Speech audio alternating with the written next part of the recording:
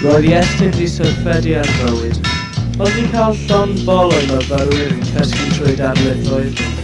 Oedd bwyd y brifysgol yn ddiflas, ac oedd yn siŵr fod i'w wraig yn anffyddlon i'n arbrydiad. Ar ben popeth arall, oedd Iestyn wedi penderfynu fod yn 20fed ganrif yn un gangymeriad mawr.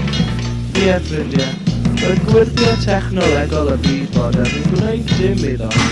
Yn gryno, oedd wedi diflasu'n llwyr ar y holl beth. Oedd y chwelyd i oes i gyndeiliau, pan oedd Cymro yn wir Gymro, y gwair yn lasach, a'r awyr yn rhydd fel y gredau diwydiant a cherddoriaeth roc trwm. Ond fel awyr bawb, roedd hyn yn amhosib unrhyw meddyliad ei hun wrth wrando i'w hi-fi. Oh well. Oedd e'n gwrando ar Radio Cymru. Ti'n gwybod, un o'r raglenni na lle mae sêr roc Cymru yn chwarae ei hoff recordiau Saesneg. A daeth The Gift yn y gael wyt yn digwydd yn hyn. Wrth gwrs, dyma'r ateb! Cofiad am wachder o'r lwch. Hefyd am Dr. Gwallgo Evans. Ffrindi fe oedd newid gyfeisio peiriant oedd yn medru teithio mewn amser.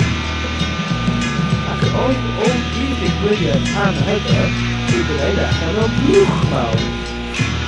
Dyma'r ffordd i ddod fyw ei breuddwydyn, i ddod ychwaneg i'r oes a fi ac i ddianghwr bresennol, aniddorol, anysgogol, ddiflas llwyr. Felly ffwrdd â fe i ymweld â Dr. Evans.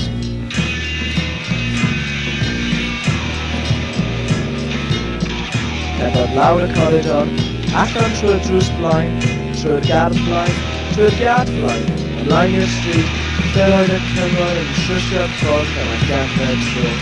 Trwy giard blaen Dr. Evans drws nesaf, ac knocio ar ei drws. Cloc, cloc, cloc. Dere mewn, bachan! Dere Dr. Evans. Ti wedi dod rawn i drio'r peiriant, ie? Wrth gwrs i ti, o'n i disgwyl ti. Wel, mae fe gyd yn barod i ddefnyddio.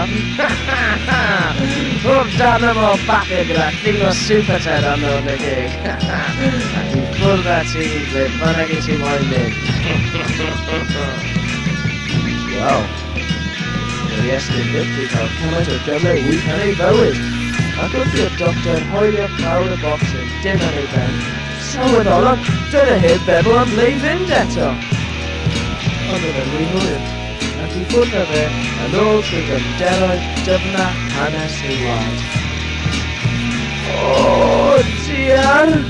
Beth yw'r sŵn yna?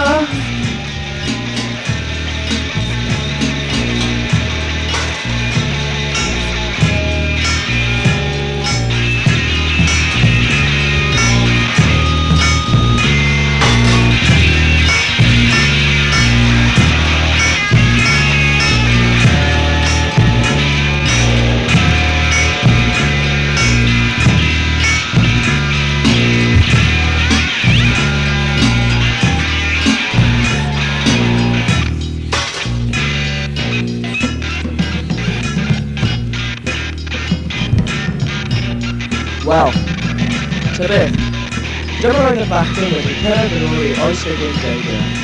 A ble roedd? Gorfod y blwch ac canu allan. Waw, fe'n edrych ymlaen i hyn. I gwrdd â'r bobl oedd yn ffridd o bob drygionydd bywyd cyfoes. I gwrdd â'i Traddodiad.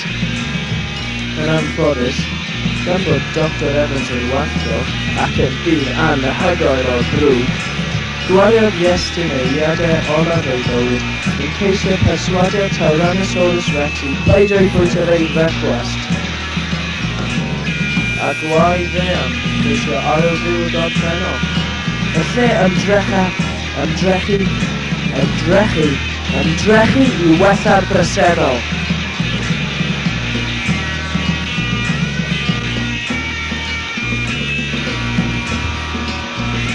Yeah.